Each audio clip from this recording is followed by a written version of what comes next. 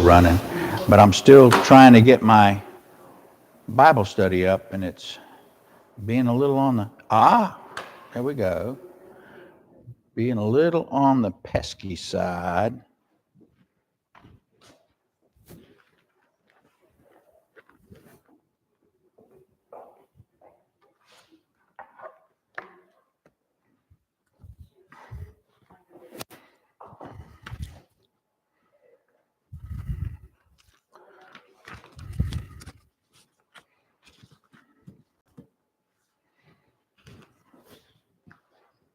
Hello, how are y'all today?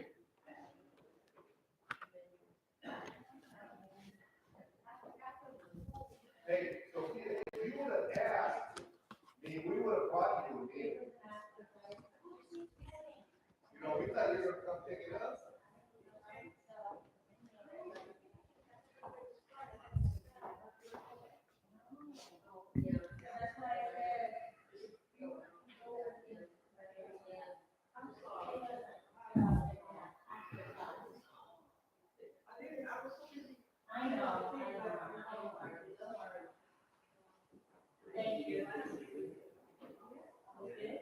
I thought about that after because Maria she was talking food. That's what she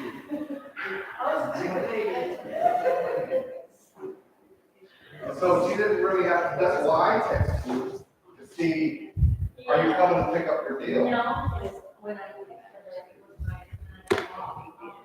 well, I did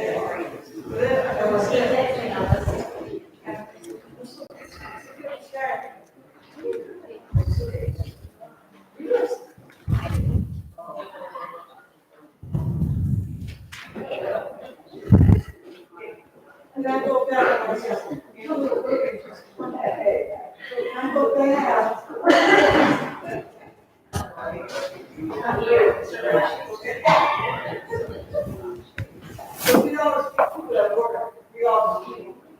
Hello. Turn that down. Turn the phone down. I got my phone turned off and silent, so it won't be ringing in the middle of services or chiming for messages and all that other stuff. So we are. It is good to be back. We thoroughly loved the opportunity to be with our adopted grands this week. It was wonderful, and to spend time in their congregation and to listen to some good teaching and some good preaching. I joined them for their men's Bible study they have on every Tuesday morning. That's a big congregation. They're about 10 times as big as we are. You can tell that. But they're active, and they've got families, and that's a big thing, but they're a farm town, so, and again, that's really kind of the Bible Belt up there. So, I mean, they're the restoration movement, as it is called. We've talked about the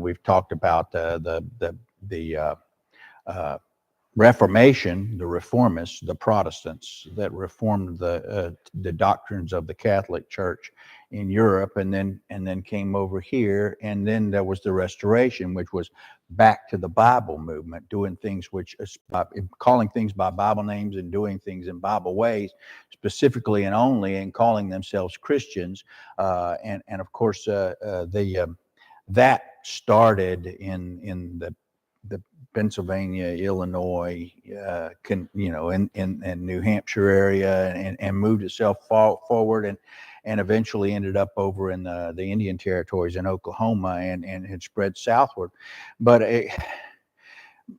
by the time that Reformation movement had caught on, the Baptist Church was pretty well established in the southern United States. The Baptist Church and the Methodist Church, which was really kind of an offshoot of the Anglican Church, which called themselves I believe it was the Presbyterians. That was because it was America, and it was a revolution, and they didn't want to be called the Anglican Church anymore, because they didn't want to be associated with loyalists, so to speak. And so they got their own archbishop in the U.S., and they ordained their own ministers, as it were, very much in the way even of the Church of England. So you see that, but you see that what we have here is not as prevalent.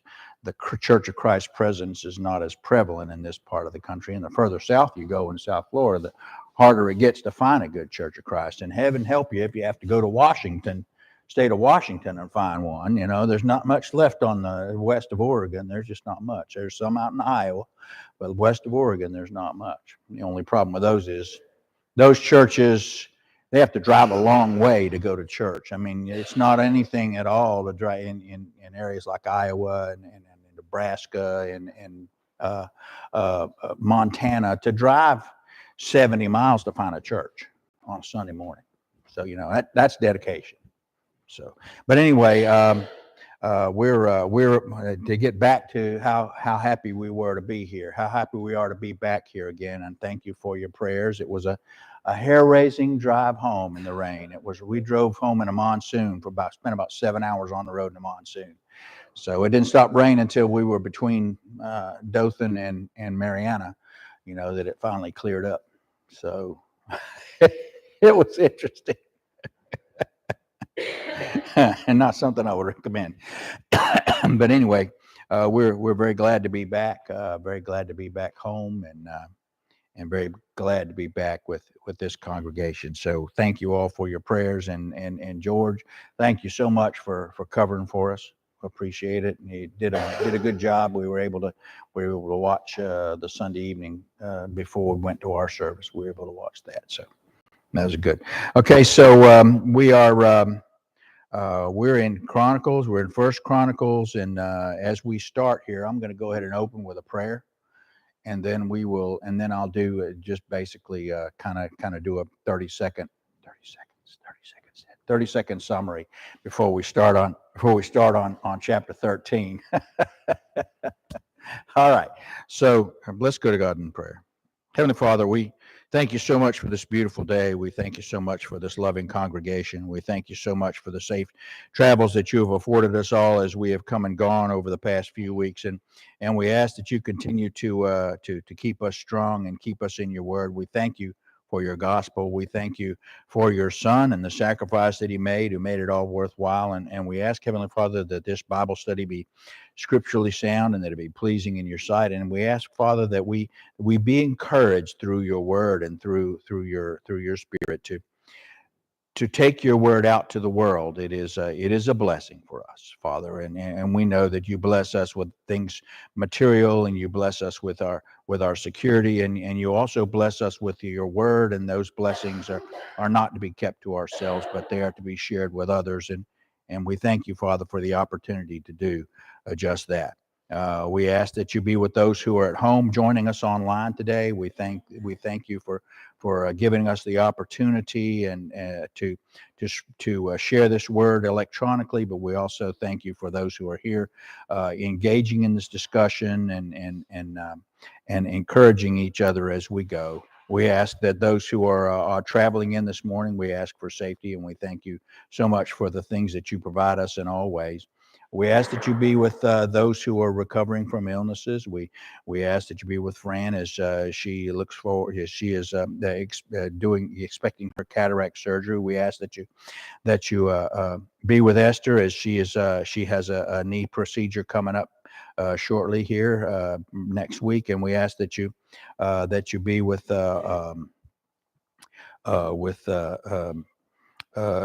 Jim and Sandra's daughter, Sean, as she is home and recuperating from her emergency surgery, and we ask that you be with that whole family.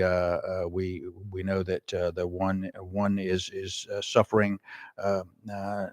Tammy is Fletcher is suffering from a lung issue, and it's something that's going to require an extreme surgical procedure, and we ask for continued health and recovery for her,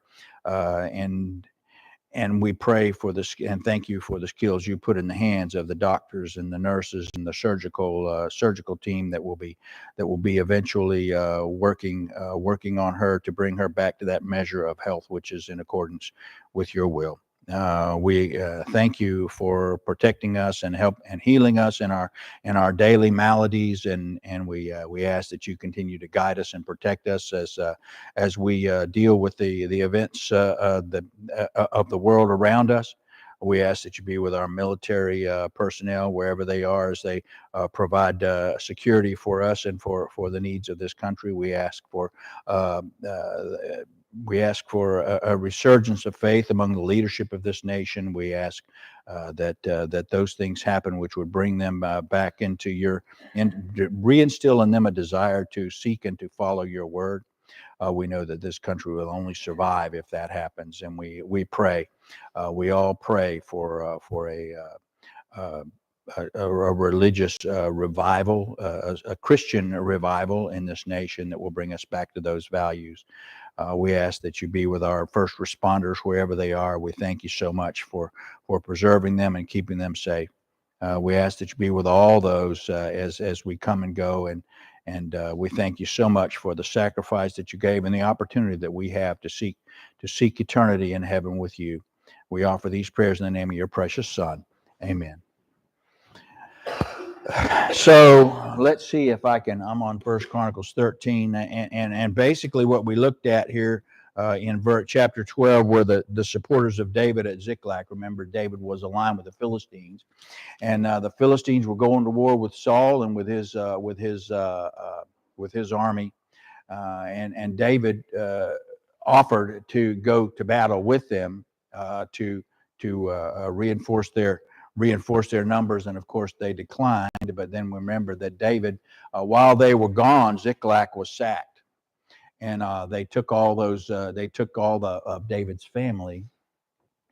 In the meantime, certainly as after Saul had fallen and his sons had fallen, we note that many then immediately pledged their allegiance to David and came to present themselves at Hebron. And you see that the latter part of chapter 12 was an accounting of all those who came to join him.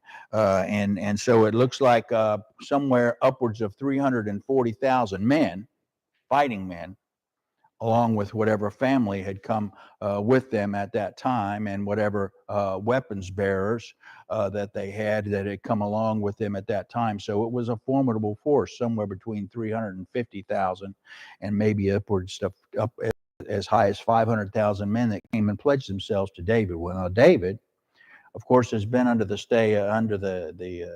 guidance or under the protection, or had been aligned with the Philistines while he was running away from Saul. And so we see that now he's moving out of Ziklag and moving out of Hebron and into that area. And I'm trying to remember what the area is, but we'll get to it anyway. He has when the Philistines see that David is now being courted as the king, why they turn on him, as probably they should, that was God's hand that that David was allowed to reside with the Philistines. Okay, but we note that there are a couple of things that happen throughout history that God allows to happen, such as their rules on divorce and their rules on marriage, which God had set ways, and of course, but he tolerated some of the things that they did. But then, of course, we note that there became a time when God didn't actually wink or turn a blind eye, so to speak. I wouldn't call it a blind eye, turn a knowing, permissive eye on them. The time came when we had to respond in gospel, and so because that's eventually we're going to be ultimately responsible for our actions, and Christianity kind of is a game changer, a big game changer, but it was always part of the plan, remember. And so we see now that we note, and as I do this, when we start chapter 13, we note First Samuel chapter 4, we note that the ark was lost. Remember, they went out to array themselves, and these weren't Saul's people. These were other armies who went out to array themselves against the Philistines, and they lost the skirmish. And so they came back, and they told Eli that they wanted the ark. Well, Eli wasn't very favorably associated with it, wasn't very favorably disposed toward that, but Hophni and Phinehas, I believe their name is, Eli's sons, who were also of the priestly class, kind of said, well, we'll go. And they took the ark and carried it before them like a rabbit's foot, basically. Okay. Well, God wasn't too happy with that. And they lost the battle, and they lost the ark. And Hophni and Phinehas died. And then, of course, Eli, when he got word of it, fell backwards, and he died too. So we see that all of those, and of course, his protege is Samuel. Remember that Samuel was pledged as a child and literally grew up in the temple. And so he is now not only the chief priest, but he is also the prophet of God. And we note that eventually, and we note that a lot of what was recorded in 1st and 2nd Samuel was probably recorded after Samuel, of course, was a grown man, was probably recorded by his student, Elijah. Okay, so as we look at verse chapter 13, we see that to set the stage, that in 1 Samuel 4 we see the ark was lost to the Philistines. But remember that this ark brought nothing but calamity to the Philistines, because wherever they'd set it up, things would happen. God would punish them for keeping the ark. And so it went through, I believe, all 5 cities of the kings of the Philistines. And 1 Samuel 5 talks about that. And then 1 Samuel 6, we see that 50,000 Philistines died of basically a plague in Beth Shemesh, I think it's called, and that was kind of the last straw for them. And so they put it on a cart, attached the cart to a cow, and sent the cart off toward I think it was Kirjath Jearim, where they went. And so as we get to this, I will note that. Oh, by the way, who do we have reading today? Judy's reading. Okay, so this is pretty much where we are, and David is now the king, and we note that it was like 20 years that the ark resided at Obed-Edom. Okay, at the house of Obed-Edom. So we will start here in chapter 13, and we note, as you look at these things, that we're constantly going back to other passages, and we see that First Chronicles turns out to be an interesting summary of Chronicles and Kings, pretty much. Okay, and so those are 2 very large volumes, and we also note, as we do, that we'll see things that we've seen before, and that indicates, in many cases, that Ezra, in his desire to be as accurate as possible, would record entire events that other accounts, separate accounts, and pull them together.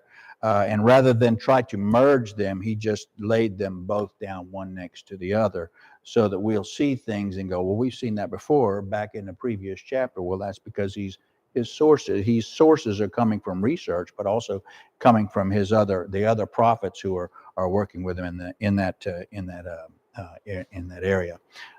So First Chronicles 13, we'll talk about David's plans to move the ark. ill-advised and improperly organized, and the results thereof. So go ahead, Judy, if you'll start in chapter 13, verse 1, please. And David consulted with the captains of thousands and hundreds, and with every leader. And David said unto all the congregation of Israel, if it seem good unto you that it be of the Lord our God, let us send abroad unto our brethren everywhere that are left in all the land of Israel, and with them also to the priests and Levites, which are in their cities and suburbs, that they may gather themselves unto us. About at this point, he's talking about reestablishing Jerusalem as the spiritual center, the spiritual capital of the world. Okay, as it is, and so he's trying to reunite a nation, and so continue on, please. And let us bring again the ark of our God to us, for we inquired not at it in the days of Saul. And all the congregation said that they would do so, for the thing was right in the eyes of all the people. So David gathered all Israel together from Shiloh of Egypt unto the entering of Hemath, to bring the ark of God from Kirjath-jearim. And David went up all Israel to Baalah, that is to Kirjath-jearim, which belonged to Judah, to bring up thence the ark of God, the Lord, that dwelleth between the cherubim, whose name is called on it. And they carried the ark of God in a new cart, but of the house of Abinadab, and Uzra and Ahio drove the cart. And Uzzah and Ahio drove the way that this ark is not being. The ark supposed to be transported. The Levites were supposed to carry it. It was supposed to be carried on the shoulders of these men, and so it was supposed to be. So it was done, so that it could be kept steady. That was how God had prescribed it to Moses, that this was to be ported, and the results of not doing that were very, very, as we will note here.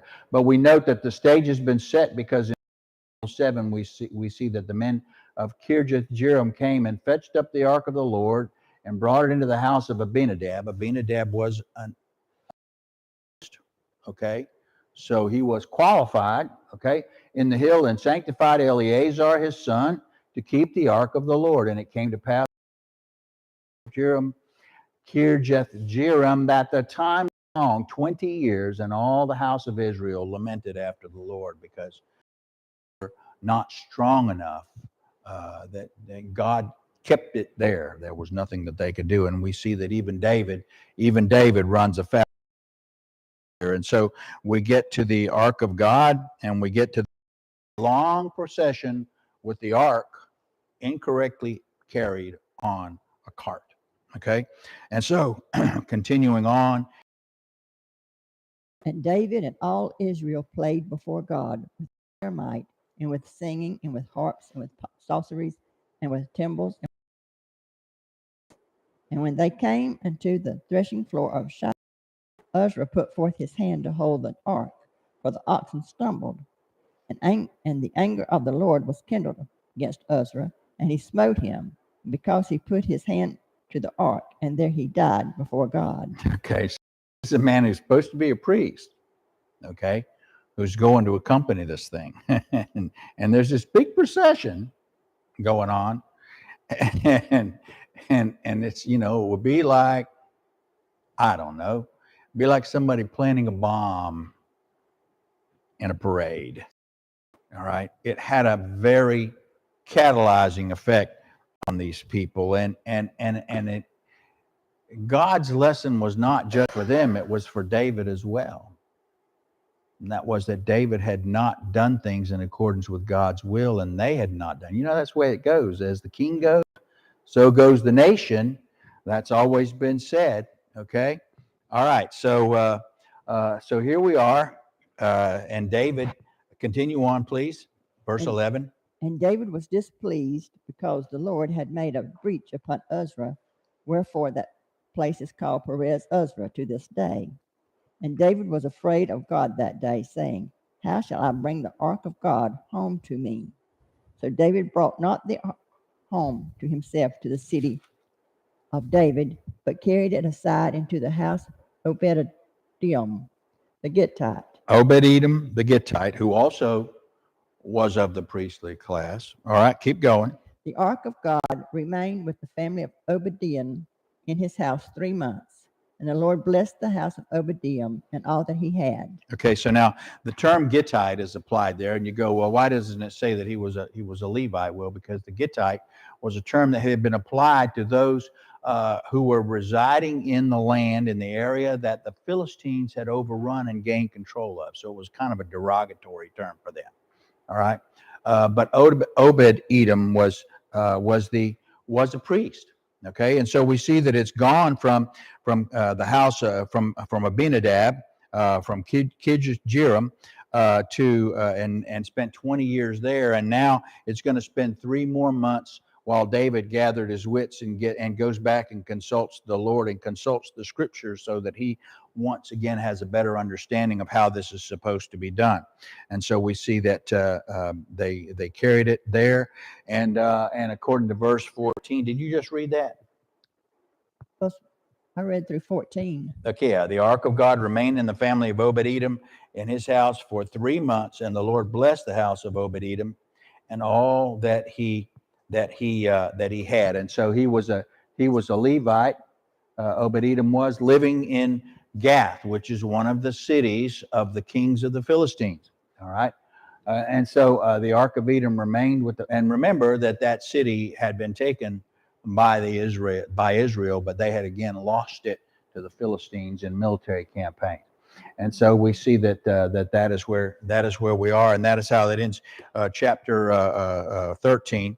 But let's go now. We're going to go back to chapter 14. We're going to see that now David, the Philistines array themselves against David, and David defeats them. All right, continue on, Judy. Chapter 14, please. Now Hiram, king of Tyre, sent messengers to David and timber of cedars with masons and carpenters to build him a house.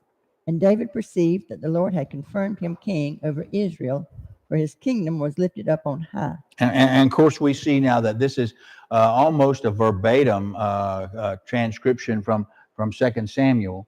And so we note here that Hiram, the king of Tyre, and remember that Tyre and Lebanon, Tyre, Sidon, and Lebanon are where all the trees, the cedar trees are, the cedars of Lebanon, and of course that is their intent. That's what the original temple was going to be built out of.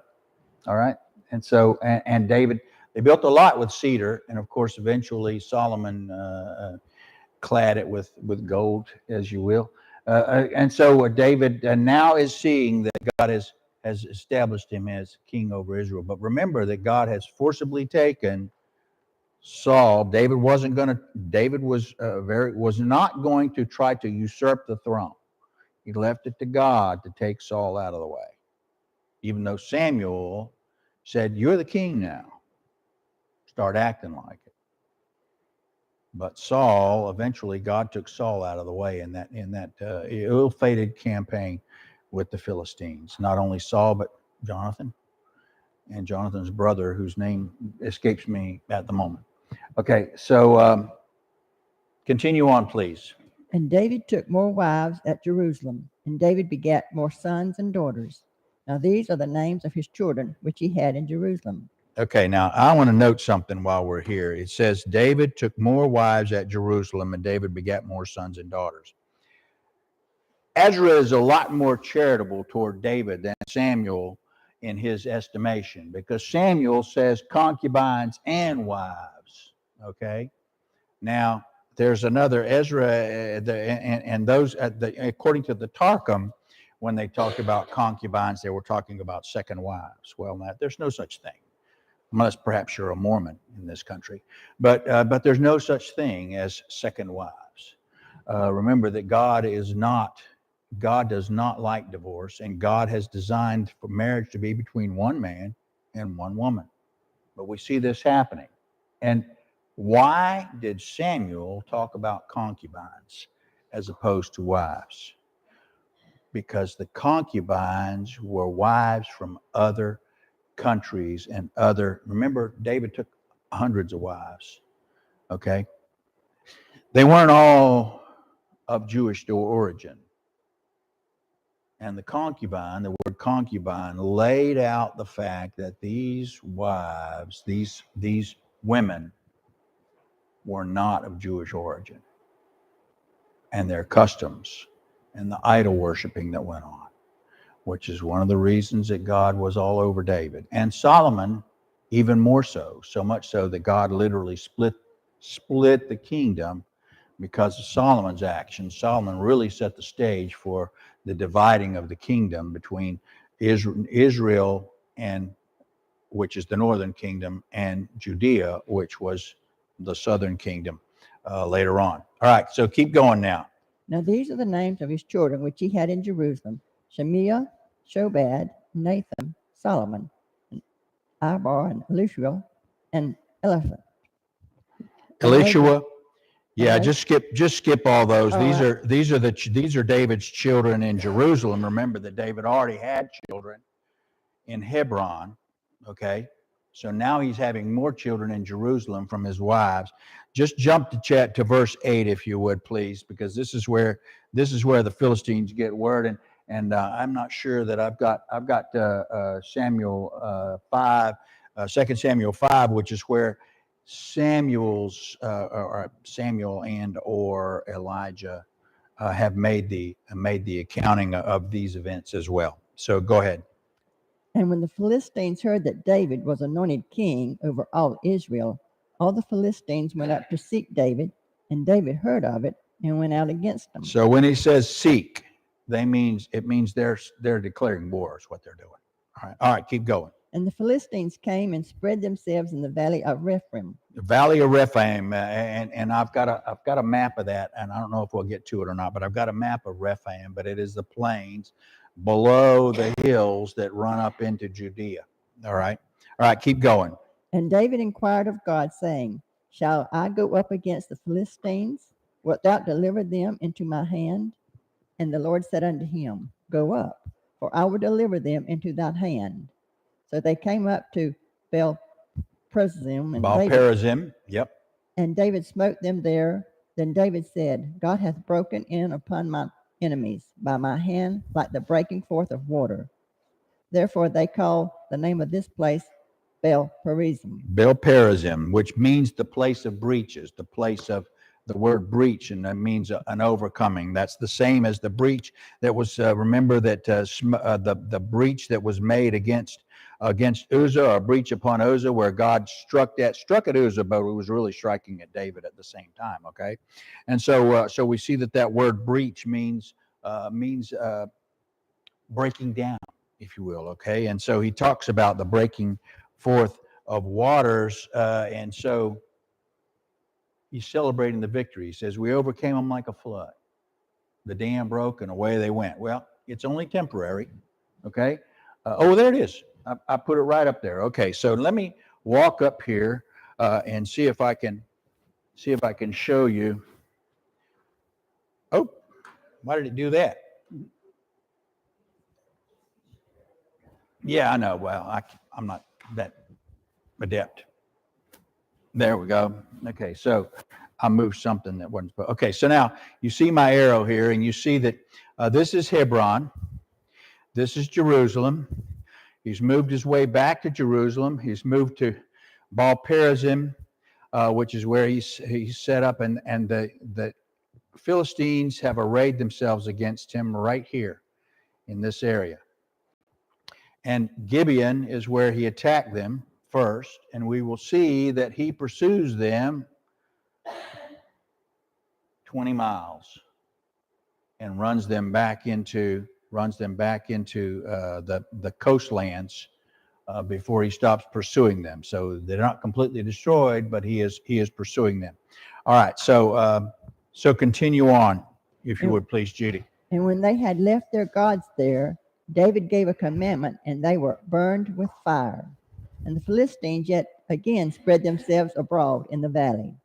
Therefore David inquired again of God, and God said unto him, Go not up after them, turn away from them, and come upon them over against the mulberry trees. Okay, now I'm not sure why. Oh, okay, so it looks like I've lost some slides in there, and I apologize for that, but we'll continue on here where we talk about that. He says, go over and turn away from them and come upon them over against the mulberry trees. Now, according to 2 Samuel, he says they fetched a compass. Now, where have we heard fetched a compass? We heard fetched a compass when we talked about in the New Testament and in Acts, where we talked about Paul and his journeys and how they had to go around Cyprus to get to the south side. Fetching a compass means you're going around. A fetch. Fetching the compass means that you have followed all the headings of the compass. All right. So it means going around something. And so according to Samuel, it's fetched a compass. All right. Now, I note that that's a Greek interpretation. Fetching a compass is a Greek term, and of course the Bible was translated into Greek on this particular portion under and 2 Samuel under Alexander the Great. And so that was a term that could have crept in there through that translation, in the process of translation by the scholars at Alexandria. But so he says, go around behind them. Don't attack them frontally. Go around behind them, because now they know his tactics and they're going to reinforce the tactics. Now he's going to do what's called in military terms a flanking action. He's going to come around and get them from behind, and he gives David a sign. He's going to give him something to listen for, a visual cue. Go ahead, Judy. And it shall be, when thou shalt hear a sound of going in the tops of the mulberry trees, that then thou shalt go out to battle, for God is gone forth before thee to smite the host of the Philistines. Now, doesn't that sound like the sound as of a mighty rushing wind, like we speak about in Acts 2, as that whooshing sound that got everybody's attention, and so that's God going to battle. Here. Okay. All right. Continue, please. David therefore did as God commanded him, and they smote the host of the Philistines even to Gazer. Gazer, which is Gezer. You saw Gezer on the map where they ran from. They ran from Gibeon to Gezer, which is one of the cities of the lords of the Philistines. Okay. All right. And so. Continue on, please. And the fame of David went out into all the land, and the Lord brought the fear of him upon all nations. And so what we see here is that Saul, a king whose power was diminishing, a king whom no one had a great deal of respect for in the rest of the known world, has now been replaced by David, who the Lord is with, and everyone understands that the Lord is with him. And God has established David, the Davidic kingdom, as a world power at this point. And that power base continues throughout the reign of Solomon. All right, and we're going to break there, and we'll start with chapter 15